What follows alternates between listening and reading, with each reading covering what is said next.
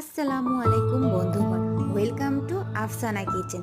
আজকে আমি আপনাদের দেখাবো বেগুন দিয়ে সবচেয়ে মজাদার একটি রেসিপি, বেগুন দিয়ে আলু ভাজি। চলুন দেরি না করে শুরু করা যাক আজকের রেসিপিটি।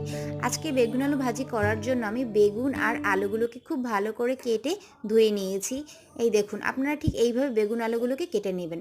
তারপর চুলায় একটি কড়াইতে তেল দিয়ে তাতে পরিমাণ মতো পেঁয়াজ, কাঁচামরিচ খুব ভালো করে একটু লাল লাল করে ভেজে নিতে হবে। পেঁয়াজ, কাঁচামরিচ এগুলো ভাজা হয়ে গেলে এরপর এর মধ্যে বেগুনগুলোকে দিয়ে দিতে হবে। বেগুন দিয়ে তার ভিতর একে একে পরিমাণ মতো লবণ, পরিমাণ মতো হলুদ দিয়ে ভালো করে নেড়েচেড়ে নিতে হবে, যেন নিচে লেগে না যায়। খুব ভালোভাবে নাড়া হয়ে গেলে একটি ঢাকনা দিয়ে ঢেকে দিয়ে তারপর ঢাকনা দিয়ে ঢেকে দিতে হবে কিছুক্ষণ। এরপর এটা থেকে পানি বের হয়ে গেলে খুব ভালো করে আলতো হাতে নাড়াচাড়া করবেন। বাস, উঠানোর আগে আপনারা লবণটা অবশ্যই চেক করে নেবেন। এই দেখেন, হয়ে গেল মজাদার বেগুন আলু ভাজি। ভালো লাগলে অবশ্যই বাসায় ট্রাই করবেন এবং আমার চ্যানেলটি সাবস্ক্রাইব